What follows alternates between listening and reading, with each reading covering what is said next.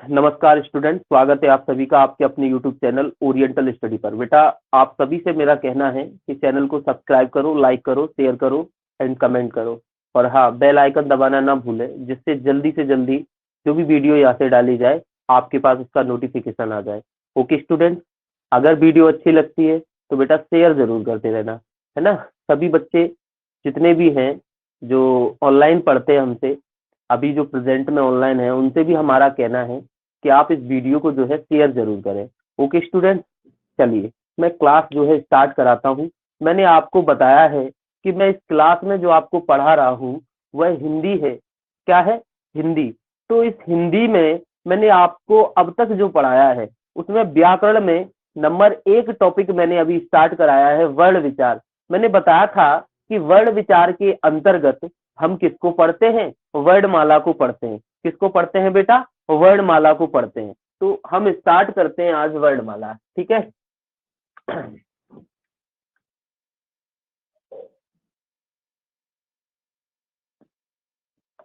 वर्ण विचार, ठीक, इसी को बोलते हैं वर्ण व्यवस्था। क्या बोलते हैं बेटा? वर्ण व्यवस्था। साथ ही साथ मैं आपको बता दूं, इसके अंतर्गत लिखिएगा यहां से, इसके अंतर्गत हम वर्णमाला को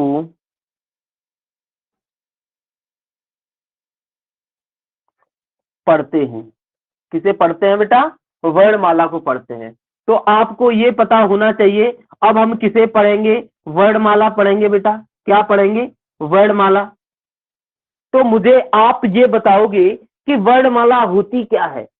एक छोटी सी बात आप मुझे एक बार बताओ कि ये वर्णमाला होती क्या है। इससे पिछली वाली क्लास में मैंने ये बातें आपको बता दी थी, फिर भी मैं यहाँ रिपीट कर रहा हूं इनको। तो सीधी सी बात आपसे सिर्फ ये पूछना है कि वर्णमाला होती क्या है। तो देखिएगा बेटा, वर्णमाला क्या होती है मैं आपको बता दूं। वर्णों के व्यवस्थित, क्रमबद्ध, क्रमागत और सार्थक समूह को क्या कहते हैं? वर्णमाला कहते हैं। यहां से स्टार्ट करते हैं। वर्णों के व्यवस्थित, वर्णों के व्यवस्थित, क्रमबद्ध,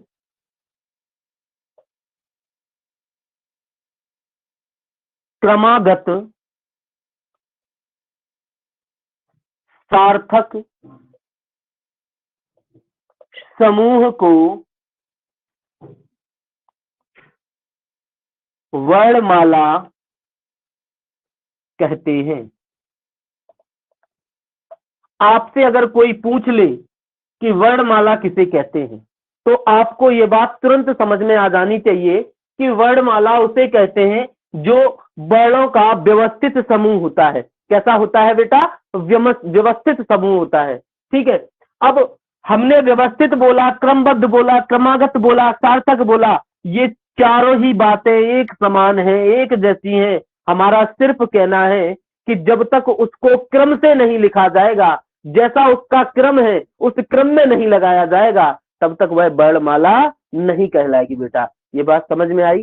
क्या नहीं कहलाएगी? वर्णमाला नहीं कहलाएगी। अब हिंदी वर्णमाला को 2 भागों में बांटा गया है। कितने भागों में? यहां हेडिंग बना लो, हिंदी वर्णमाला को 2 भागों में बांटा गया है। नंबर 1 स्वर और नंबर 2 व्यंजन। आपने 50 बार स्वर सुन लिए होंगे बचपन से लेकर अब तक। 50 बार नहीं, 50,000 बार। और बचपन से लेकर अब तक व्यंजन हमें खूब अच्छे से पता है। जब हम क्लास 1 में थे तो ये वर्णमाला जो मैं आज तुम्हें पढ़ा रहा हूं, ये तुम्हें तब भी पढ़ाई जाती थी। मगर जो आज मैं इसमें बताऊंगा वो उस समय इसमें नहीं बताया जाता था। समझ रहे हैं ना, इसमें वो उस समय नहीं बताया जाता था। तो मेरा बार बार आपसे कहना है, वर्णों के व्यवस्थित समूह को या वर्णों के क्रमबद्ध समूह को या वर्णों के क्रमागत या सार्थक समूह को क्या कहते हैं बेटा? वर्णमाला कहते हैं। हिंदी वर्णमाला को दो भागों में बांटा गया है, नंबर 1 स्वर और नंबर 2 व्यंजन। अब हम एक बार ये पता कर लेते हैं कि स्वर क्या होते हैं और व्यंजन क्या होते हैं। तो सीधी सी बात है बेटा कि स्वर वो होते हैं, हम आपसे पूछते हैं, स्वर सदैव स्वतंत्र होते हैं। कैसे होते हैं? यहां लिखते हैं, स्वर सदैव स्वतंत्र होते हैं। मैंने बोला स्वर सदैव स्वतंत्र होते हैं, इनको बोलते समय किसी भी वर्ण की सहायता नहीं ली जाती। लिख सकते हैं, इनको बोलते समय किसी भी वर्ण की सहायता नहीं ली जाती। ऐसे ही इधर ली जाती है। ऐसे ही जब हम व्यंजन की बात करते हैं तो यहां लिखते हैं, व्यंजन स्वतंत्र नहीं होते हैं, इनको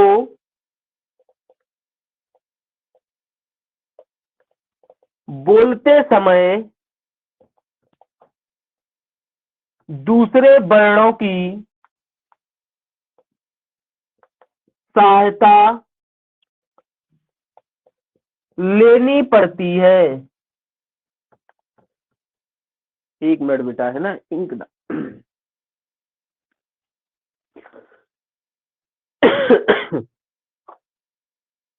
सॉरी।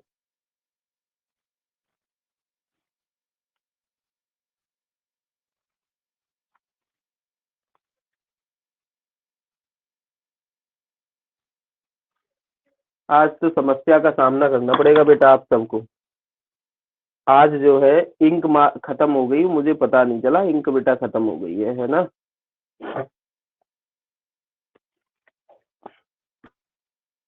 आज मैं सारे मार्कर चलाऊंगा जिससे तुम्हें दिखता रहे।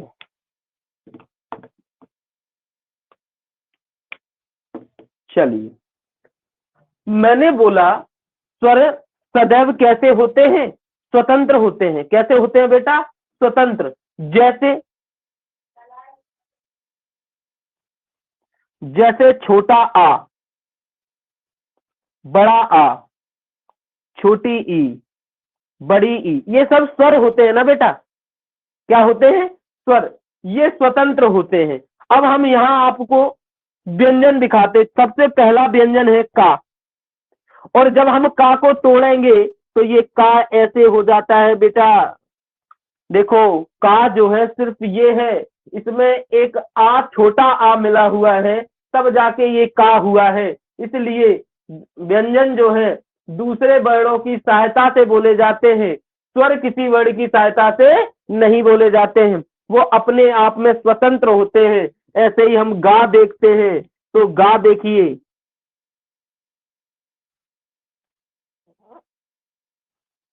गा देखो, ये सामने आपको गा दिख रहा है।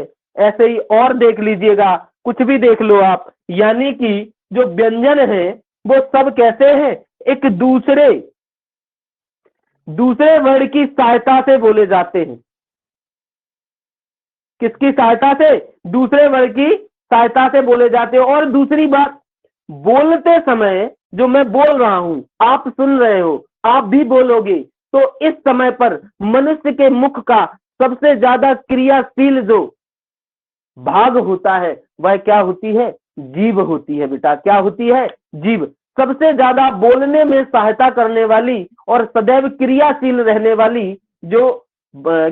रहने वाला जो मुख का भाग होता है वह क्या होता है बेटा? जीभ होती है। समझ में आया?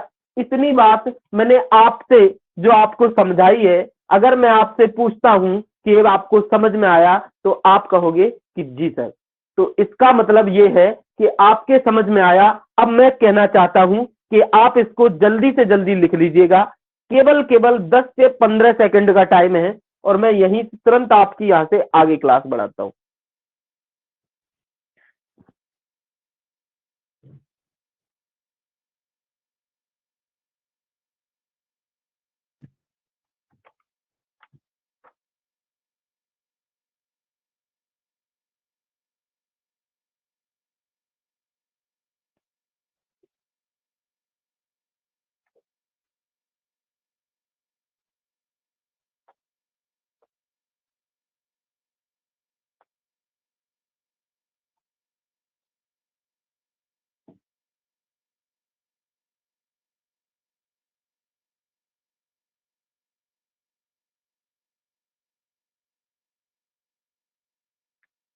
चलिए,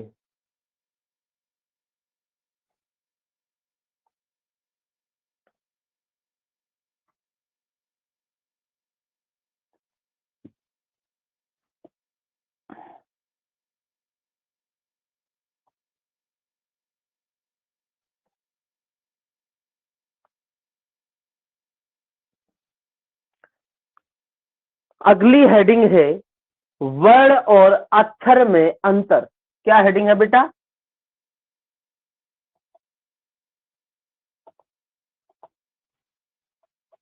वर्ण और अक्षर में अंतर।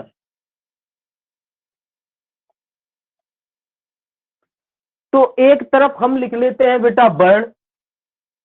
क्या लिख लेते हैं? वर्ण। और दूसरी तरफ बेटा हम लिख लेते हैं अक्षर। क्या लिख लेते हैं? अक्षर। एक तो ये क्या हो गया? वर्ण हो गया, और एक ये हो गया अक्षर। आपने खूब अच्छे से सुना होगा, हम अक्षर बोलते हैं, हम वर्ण बोलते हैं। तो मुझे ये बात पता होनी चाहिए कि वर्ण क्या होता है और अक्षर क्या होता है। तो देखिए, मैं इनकी आपको थोड़ी छोटी छोटी सी डेफिनेशन बताऊंगा। वर्ण के टुकड़े नहीं हो सकते। आ गया समझ में? अगला देखो अक्षर का। अक्षर के टुकड़े हो सकते हैं। अक्षर के टुकड़े हो सकते हैं। मैंने दो बात बोली, एक तो वर्ण, एक अक्षर। मैंने बताया वर्ण के टुकड़े नहीं हो सकते, परंतु अक्षर के टुकड़े हो सकते हैं, वर्ण के टुकड़े नहीं हो सकते। अब देखो, इसे समझने के लिए मैं आपको समझाऊं कि एग्जाम्पल में वर्ण क्या होता है। मैंने यहां बनाया का और मैंने यहां बनाया बेटा का। दोनों सेम है कि नहीं? दोनों आपको सेम दिखाई दे रहे होंगे। जब सेम दिखाई दे रहे हैं, इसके नीचे अगर मैंने हलंती लगा दी, तो ये क्या बन जाएगा? वर्ण बन जाएगा। और अब ये क्या है? अक्षर। इसको अगर मैं अब तोड़ूं, इसके टुकड़े करूं, तो इसके टुकड़े नहीं होंगे, क्योंकि ये आ हटाने के बाद कैसे ये जो लिखा है, ये यही तो लिखा है, का प्लस आ। आ के मेल से का बना है, और यहां पर किसी का मेल नहीं है बेटा। किसका? किसी का भी मेल नहीं है। ये बात मैं जानता हूं कि आपके सबके समझ में बहुत अच्छे से आई होगी बेटा। यानी कि अक्षर वह होता है जिसके टुकड़े किए जा सकते हैं, और वर्ण वह होता है जिसके टुकड़े नहीं किए जाते। समझ में आया? समझ में आया बेटा? जब तुमसे मैं पूछूं समझ में आया, तो बोलोगे हाँ सर समझ में आया। चलिए, अब देखो, अगली हेडिंग जो आगे आती है वह है स्वरों का वर्गीकरण। क्या हेडिंग है बेटा? स्वरों का वर्गीकरण।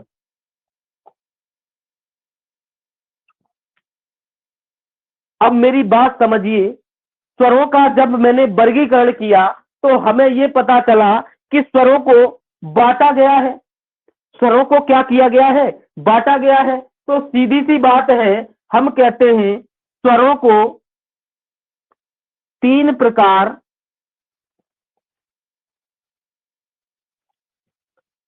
से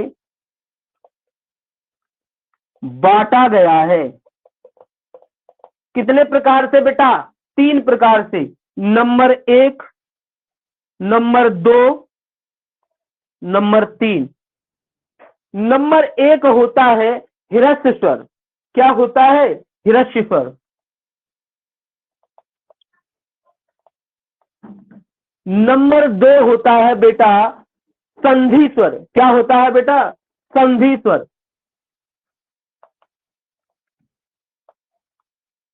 और नंबर 3 होता है बेटा प्लुप्त स्वर। क्या होता है बेटा? प्लुप्त स्वर। तो ये बात आपको समझ में आ गई होगी कि हम सर ने किसकी बात की है? स्वरों की बात की है। तो एक होता है ह्रस्व स्वर, एक संधि स्वर, एक प्लुप्त स्वर। यानी बेटा स्वर कितने प्रकार के होते हैं? स्वर सदैव 3 प्रकार के होते हैं। अब मैं क्या करूंगा? अब मैं स्वर को आपको पढ़ाऊंगा तो यहां से आपको ये पता चलेगा कि स्वर 3 प्रकार के होते हैं। तो किसी किसी बुक में स्वर 5 प्रकार के लिखे होते हैं। एक दीर्घ स्वर होता है, एक संयुक्त स्वर होता है। ये क्या होते हैं? समझ रहे हो ना बेटा? तो आज आपको ये सामने हम फेस करा देंगे कि स्वर कैसे पढ़े जाते हैं और कैसे इनको किताब में 5 लिखा गया है। परंतु तुम कभी 5 नहीं बोलोगे, क्योंकि तुम किससे पढ़ रहे हो? हमसे पढ़ रहे हो, चौहान सर से पढ़ रहे हो। तो बेटा तुम कभी नहीं बोलोगे। तुम्हें पता चल गया कि स्वर कितने प्रकार के होते हैं? 3 प्रकार के होते हैं। कौन कौन से? हिरस्य स्वर, संधि स्वर और प्लुप्त स्वर। कौन कौन से होते हैं बेटा? हिरस्य स्वर, संधि स्वर और प्लुप्त स्वर। अब मैं बात करता हूं हिरस्य स्वर की। तो हिरस्य स्वर को क्या और कहते हैं? इनको मूल स्वर भी कहा जाता है। क्या कहा जाता है?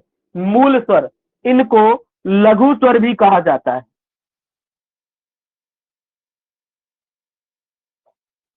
क्या कहा जाता है बेटा? लघु स्वर भी कहा जाता है। और इनको साथ ही साथ और क्या कहा जाता है? छोटे स्वर भी कहा जाता है। इतनी बात समझ में आ गई? क्या कहा जाता है रस्य स्वर को? मूल स्वर, लघु स्वर, छोटे स्वर। अगर इन 4 नामों से आपको कोई भी स्वर पूछा जाए तो वह कौन सा स्वर होता है? हिरस्य स्वर होता है। कौन सा स्वर होता है बेटा? हिरस्य स्वर होता है। कौन सा होता है? हिरस्य स्वर होता है। ये बात तुम्हारे बहुत अच्छे से समझ में आई होगी। इसके बाद हम बात करते हैं, ये जो आपको संधि स्वर दिखाई दे रहा है बेटा, ये 2 भागों में बटा हुआ होता है। एक होता है दीर्घ स्वर। कौन सा होता है बेटा? दीर्घ स्वर। और दूसरा जो होता है उसको कहते हैं संयुक्त स्वर। दीर्घ मतलब बड़ा, संयुक्त मतलब मेल मिलाप वाला स्वर, और संधि मतलब भी वही होता है। मगर संधि स्वर के ही पार्ट ये दोनों होते हैं। अब मैं इनको आपको यहाँ क्लियर कराऊंगा कैसे होते हैं। एक बार बेटा 2-3 सेकंड में इसको केवल लिख लो या इसका स्क्रीनशॉट ले लो। करो जल्दी से, शाबाश।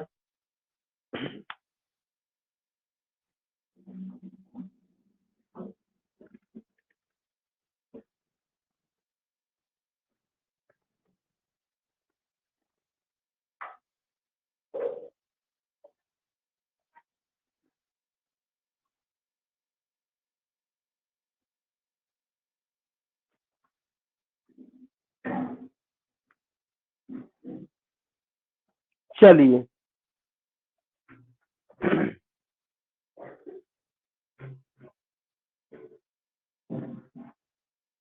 अब देखिए बेटा, मैंने आपको बताया स्वर 3 प्रकार के होते हैं। कितने प्रकार के होते हैं बेटा?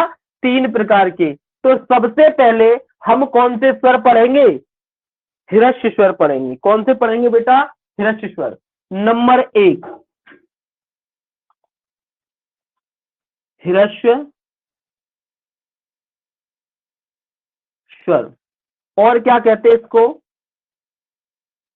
मूल स्वर। और क्या कहते हैं इसको? लघु स्वर। और क्या कहते हैं बेटा? छोटे स्वर। क्या कहते हैं? छोटे स्वर। इस प्रकार से इनको कितने नामों से जाना जाता है? 4 नामों से जाना जाता है। कितने नाम से जाना जाता है? 4 नामों से। तो ध्यान रहे, इसमें जो स्वर आते हैं इसे लिखेंगे, इसमें छोटा आ, छोटी ई, छोटा ऊ और ऋषि शब्द ऋषि स्वर आते हैं। समझ में आया? कुछ समझने को नहीं है, कोई थ्योरी नहीं है। समझ में आया?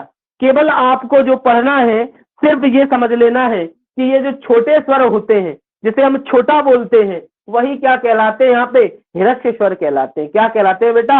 हिरस्य स्वर कहलाते हैं। अब इसके बाद हेडिंग बना लीजिए नंबर 2,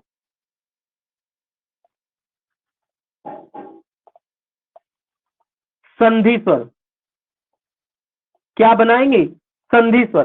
तो जब आप हेडिंग संधि स्वर बनाएंगे तो सीधी सी बात है, हमें यहां पर यह पता करना है संधि स्वर क्या होते हैं। क्या होते हैं संधि स्वर? तो देखिए, जब दो या दो से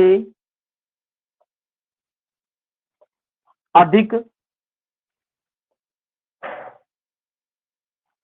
जब दो या दो से अधिक स्वरों का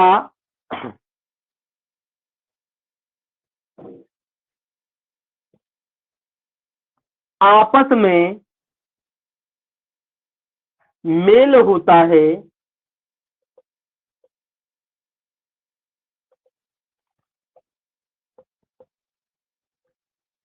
संधि स्वर कहलाता है। क्या कहलाता है बेटा? संधि स्वर कहलाता है। ठीक है, मार्कर बहुत कम चल रहे हैं। अब देखिए नंबर फर्स्ट संधि स्वर का। संधि स्वर का नंबर फर्स्ट है, जिसे हम क्या कहते हैं? दीर्घ स्वर कहते हैं।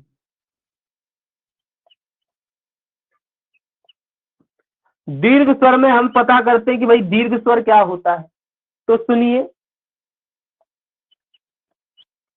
जब दो जब दो एक जातीय स्वर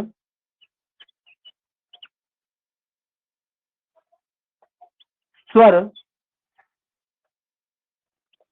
मिलकर किसी दूसरे स्वर का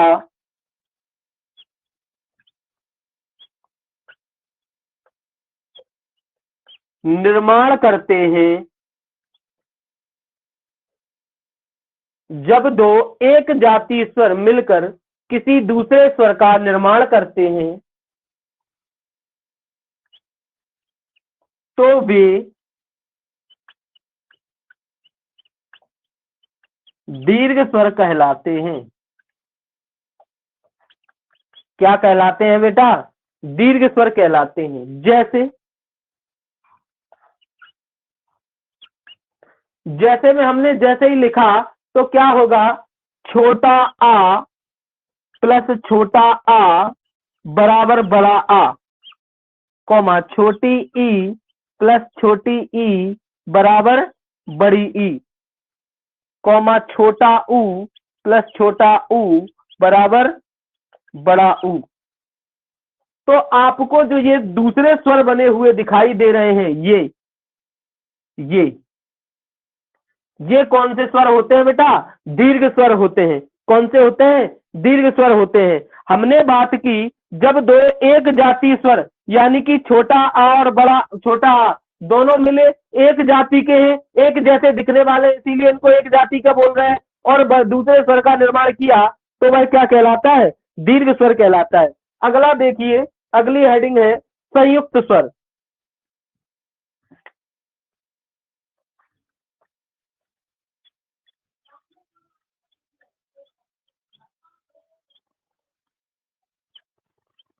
और जब हम संयुक्त स्वर की बात करते हैं तो सुनिए, जब दो विजातीय स्वर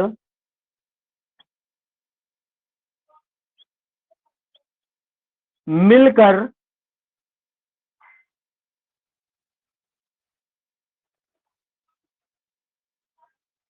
जब दो विजातीय स्वर मिलकर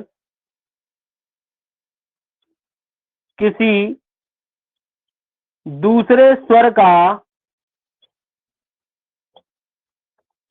निर्माण करते हैं तो वे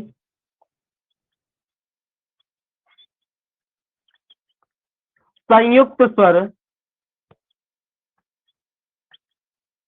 कहलाते हैं। क्या कहलाते हैं बेटा? संयुक्त स्वर कहलाते हैं। अब देखिए, जैसे मैं आपको उस दिन भी समझा चुका था, समझाया था कि नहीं? जैसे अगर छोटा आ प्लस छोटी ई बराबर जुड़ते हैं तो क्या बनता है? छोटी आई बनती है, छोटी ए। इसके बाद छोटा आ और छोटी ए अगर जुड़ती है तो क्या बनती है? बड़ी ए। ये अन्य स्वर बना रहे हैं, एक दूसरा स्वर बना रहे हैं, ठीक है। इसके बाद देखिए, छोटा आ प्लस छोटा ऊ जुड़ जाता है तो क्या बनता है? छोटा औ बनता है ना। इसके बाद छोटा आ प्लस छोटा औ जुड़ जाता है तो क्या बनता है? बड़ा औ बन जाता है। तो ये क्या कहलाते हैं बेटा? जो ये आपको सामने दिखाई दे रहे हैं, ये जो दिखाई दे रहे हैं, ये क्या कहलाते हैं? संयुक्त स्वर कहलाते हैं। क्या कहलाते हैं बेटा? संयुक्त स्वर कहलाते हैं। तो ये बात आपको बिल्कुल समझ में आई होगी। यहाँ से एक नोट पॉइंट और आपको बनाना है कि एक मात्रिक स्वर कौन से होते हैं? हिरस्य स्वर होते हैं। और द्विमात्रिक स्वर कौन से होते हैं? संधि स्वर कहलाते हैं। एक मात्रिक हिरस्य स्वर कहलाते हैं। कह सकते हो कि ये सभी हिरस्य स्वर जो होते हैं, ये सभी कैसे होते हैं? एक मात्रिक होते हैं। और संधि स्वर में क्या लिख सकते हो? ये सभी दो मात्रिक होते हैं।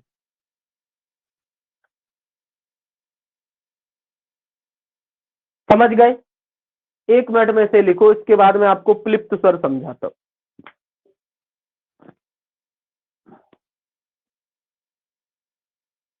आप सभी को, जितने भी स्टूडेंट अभी ऑनलाइन हैं, इनको दिखाई दे रहा है या नहीं?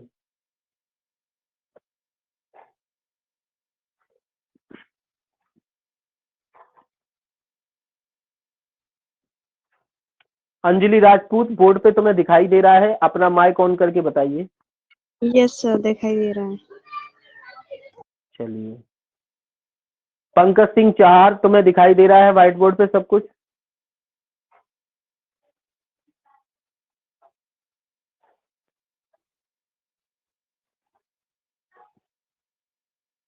लिखो, जल्दी लिखो बेटा, बहुत जल्दी।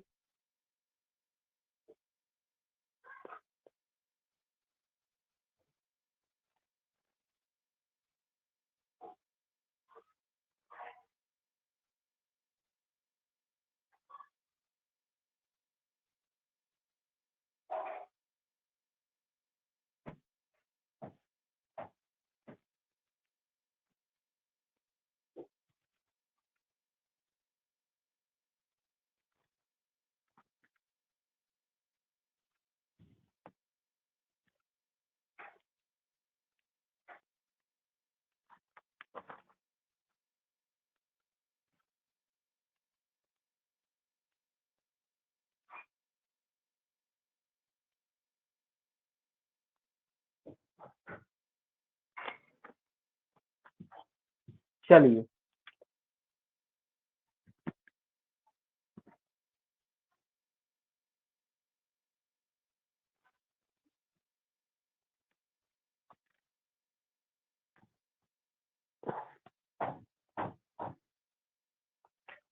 हेडिंग बना लो, नंबर 3, प्लुप्त स्वर।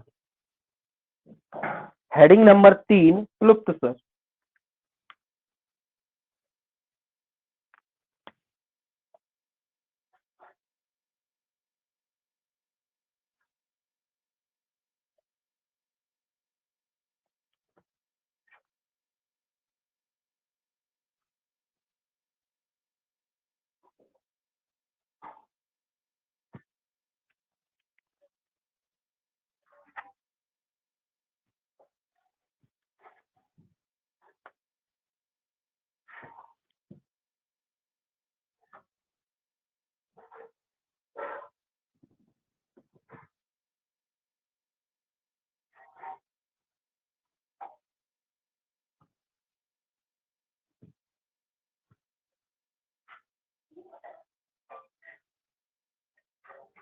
अब सही है?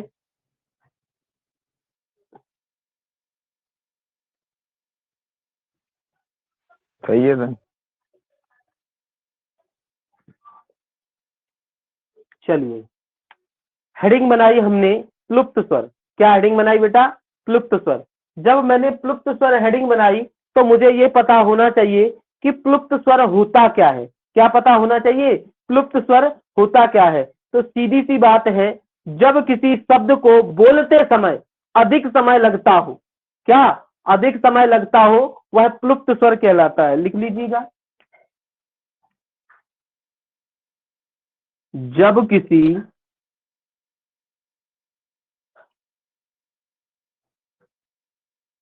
शब्द को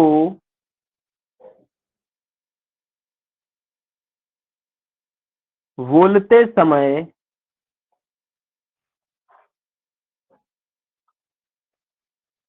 अधिक समय लगता हो,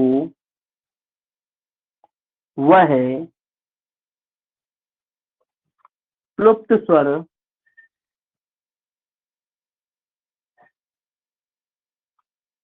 कहलाता है।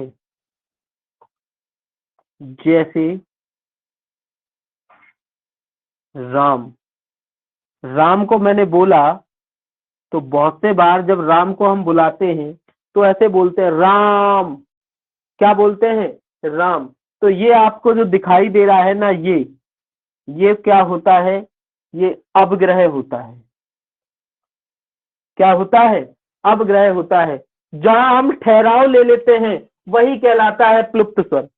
क्या कहलाता है? प्लुप्त स्वर। अब प्लुप्त स्वर को मंत्रोच्चारण जब किए जाते हैं, जब पंडित लोग मंत्र पढ़ते हैं तो वह प्लुप्त स्वर का प्रयोग करते हैं। जब गाने गाए जाते हैं, जो सिंगर गाना गाता है वह प्लुप्त स्वर का प्रयोग करता है। जब कोई व्यक्ति चिल्लाता है, कोई व्यक्ति चिल्लाता है, बहुत बुरी तरीके से चिल्लाता है, तो किसका प्रयोग करते हैं? प्लुप्त स्वर का प्रयोग करते हैं। जब आप पहाड़ पे खड़े होकर चिल्लाते हो तो जो आपको रिफ्लेक्शन वाली आवाज सुनाई देती है, एक अजीब प्रकार की आवाज देती है जंगल में सुनाई, वो आवाज कौन सी होती है? प्लुप्त स्वर की आवाज होती है। जब आप कुएं में चिल्लाते हो तो कुएं में से जो वापसी आवाज आती है वो क्या होती है? बताओगे? वो क्या होती है? प्लुप्त स्वर की आवाज होती है। जब आप खाली कमरे में बोलते हो और जो आवाज आपको वापसी सुनाई देती है वह क्या होती है? प्लुप्त स्वर की आवाज होती है। या नाटक का जब संवाद किया जाता है, नाटक का क्या किया जाता है? संवाद किया जाता है, उस समय भी प्लुप्त स्वर का प्रयोग करते हैं। और बादलों की जो गर्जना होती है, बादल जो गरजते हैं, वो क्या है? प्लुप्त स्वर होता है। अब ये बात समझ में आई? प्लुप्त स्वर में प्लुप्त स्वर में मुख्य रूप से 8 स्वरों को रखा गया है। कितने स्वरों को रखा गया है? 8 स्वरों को। इसमें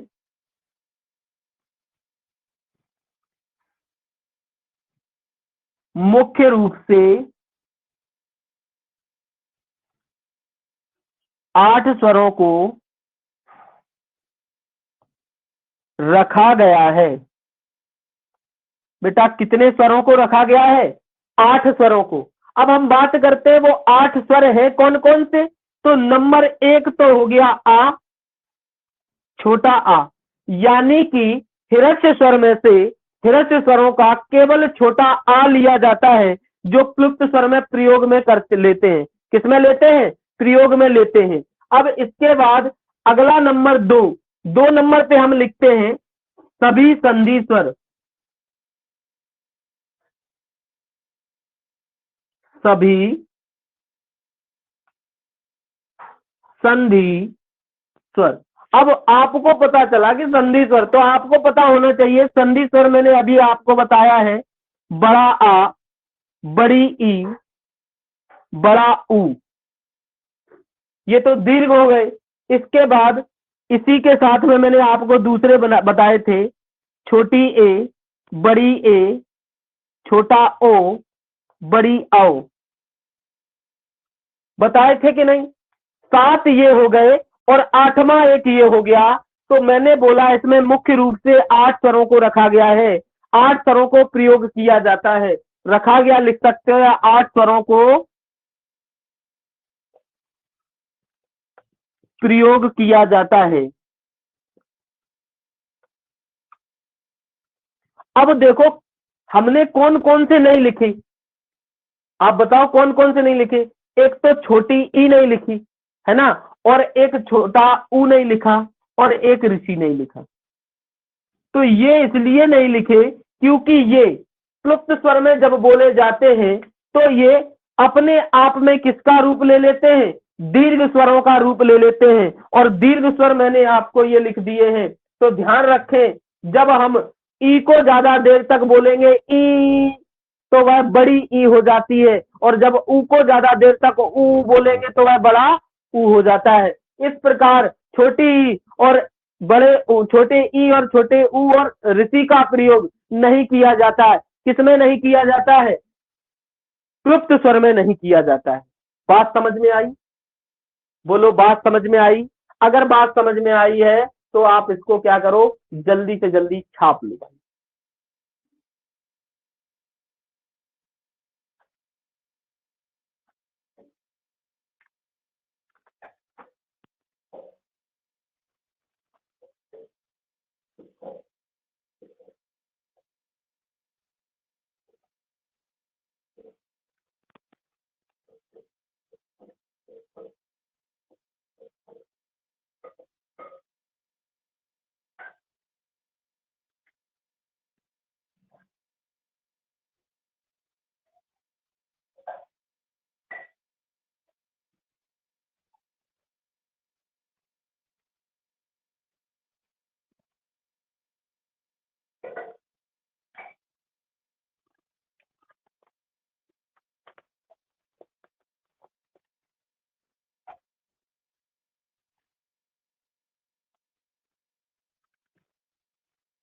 चलो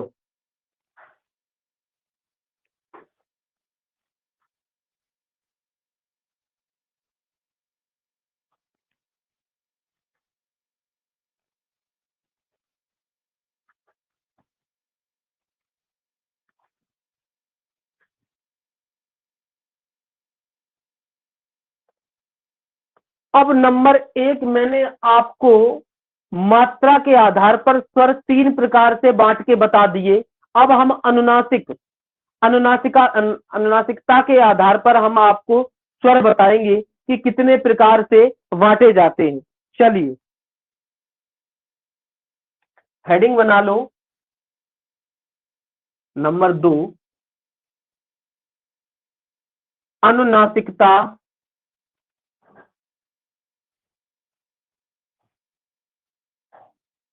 के आधार पर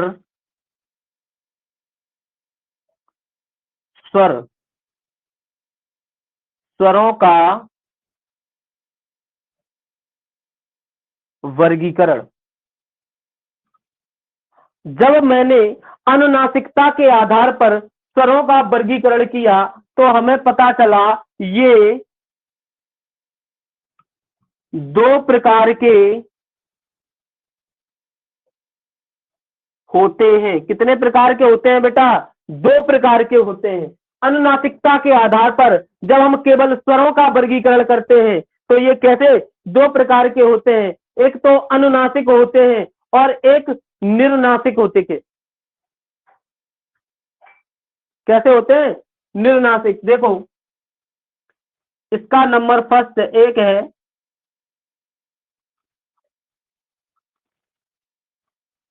अनुनासिक स्वर, और नंबर 2 है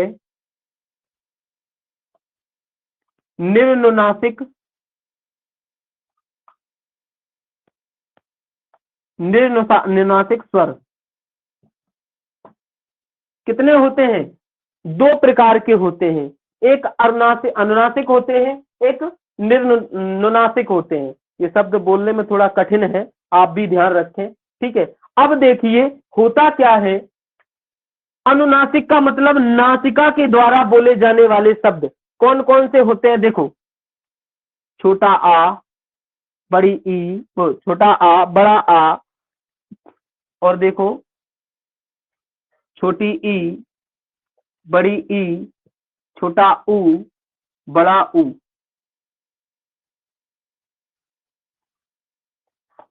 समझ गए? अब देखो, इनको अनुनासिक कब कर दिया जाता है? इन पे सब पे क्या लगा दी जाती है? चंद्र बिंदी लगा जाती है, और इन अनुनासिक खुद ब खुद। ये कैसी हो गई? नासिका के द्वारा बोले गए स्वर हैं। अब इसके बाद हम बात करते हैं निर्नुनासिक स्वर, जो नासिका से नहीं बोले जाते हैं, वो स्वर की बात करते हैं। तो देखिए, छोटा आ, बड़ा आ, छोटी ई, बड़ी ई, छोटा ऊ, बड़ा ऊ, ऋषि, छोटी ए, बड़ी ए, छोटा ओ और बड़ी ओ। ये स्वर जो होते हैं ये निर्नुनासिक होते हैं, यानी अनुनासिकता के आधार पर इनको दो भागों में इस प्रकार बांटा गया है कि ये जो होते हैं नासिका से बोले जाते हैं, नाक से बोले जाते हैं। इनका जब भी प्रयोग किया जाएगा नाक के स्वर से किया जाएगा, और ये बिना नाक के स्वर से किया जाएगा। तो समझ में आ गया होगा आपके कि ये क्या होते हैं। अब देखिए, अगला है जीव की क्रियाशीलता के आधार पर स्वरों का वर्गीकरण। नंबर 3,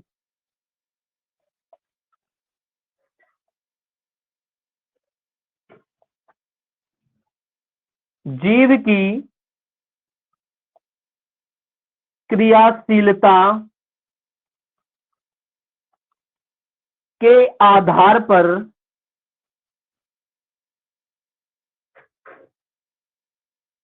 स्वरों का वर्गीकरण। अब मेरी बात सुनिए, हमारे मुख में सबसे ज्यादा क्रियाशील जीभ होती है। कौन होती है? जीभ। और जीभ क्रिया करती है तभी हम इन स्वरों को बोल सकते हैं। तो सीधी सी बात है, जीभ की क्रियाशीलता के आधार पर स्वरों का वर्गीकरण ये 3 प्रकार के होते हैं। कितने प्रकार के होते हैं बेटा? 3 प्रकार के होते हैं। नंबर 1, अग्रस्वर। नंबर 1 अग्रस्वर, नंबर 2 मध्यस्वर, और नंबर 3 पश्चस्वर। कौन कौन से होते हैं? अग्रस्वर, मध्यस्वर और पश्चस्वर। अब भाई मुझे ये पता होना चाहिए कि अग्रस्वर कौन से होते हैं। तो ध्यान रखें, छोटा ई, बड़ा ई, छोटा ए, बड़ी ए, जो ये होते हैं, ये कौन से स्वर होते हैं? अग्रस्वर होते हैं बेटा। कौन से स्वर होते हैं? अग्रस्वर होते हैं। अब देखिए, यहाँ पर जो मध्य स्वर है वो केवल छोटा आ है। कौन सा है बेटा? छोटा आ है। हम पश्चस्वर की बात करते हैं, बड़ा आ। सबसे पहले क्या आ गया? बड़ा आ, छोटा ऊ, बड़ा ऊ, और क्या आ गया? और देखो क्या आ गया? ओ और बड़ा ओ। ये जो आते हैं ये किस में आते हैं? पश्च स्वर में आते हैं। ये जीव की क्रियाशीलता के आधार पर स्वरों का वर्गीकरण किया गया है। अब इसके बाद ओष्ठ की स्थिति के आधार पर स्वरों का वर्गीकरण किया जाएगा। जो हमारे ओठ चलते हैं, जब हम स्वरों को बोलते हैं तो कुछ व्रत मुखी हो जाते हैं, कुछ अव्रत मुखी हो जाते हैं। हमारे ओठों का गोल हो जाना, इसको व्रत मुखी बोलते हैं। हमारे ओठों को एकदम बरकरार चलते रहना, इनको क्या बोलते हैं? अव्रत मुखी बोलते हैं। तो इनके आधार पर भी क्या किया जाता है? स्वरों का वर्गीकरण किया जाता है। तो देखो, अनुनासिकता के आधार पर स्वरों का वर्गीकरण, मैंने पहले आपको स्वर 3 प्रकार के बताए, वह मात्रा के आधार पर स्वर कितने प्रकार के थे? 3 प्रकार के थे। इसके बाद नंबर 2, अनुनासिकता के आधार पर स्वरों का वर्गीकरण 2 प्रकार से हो गया। नंबर 3, जीव की क्रियाशीलता के आधार पर स्वरों का वर्गीकरण 3 प्रकार से हो गया। ठीक है। अब अग्रस्वर, मध्यस्वर, पश्चस्वर ये आपको समझ में आ गए। अनुनासिक स्वर आपको समझ में आ गए, निम्नासिक स्वर आपको समझ में आ गए। ठीक है। अब इसको आप लिख लीजिएगा, और आज की क्लास को बेटा मैं यही विराम देता हूं। और आप सभी से कहना है, चैनल को सबसे ज्यादा लाइक एंड सब्सक्राइब करो। वो सिर्फ और सिर्फ आपके हाथ में ही, कैसे भी करके बेटा करवाओ। शेयर सबसे ज्यादा किया करो प्लीज स्टूडेंट। हमारा जो चैनल है उसको शेयर करो, अपने सारे ग्रुप में करो, आपके साथ के स्टूडेंट्स उनको बताओ, है ना। चलिए लिख लीजिएगा जल्दी से।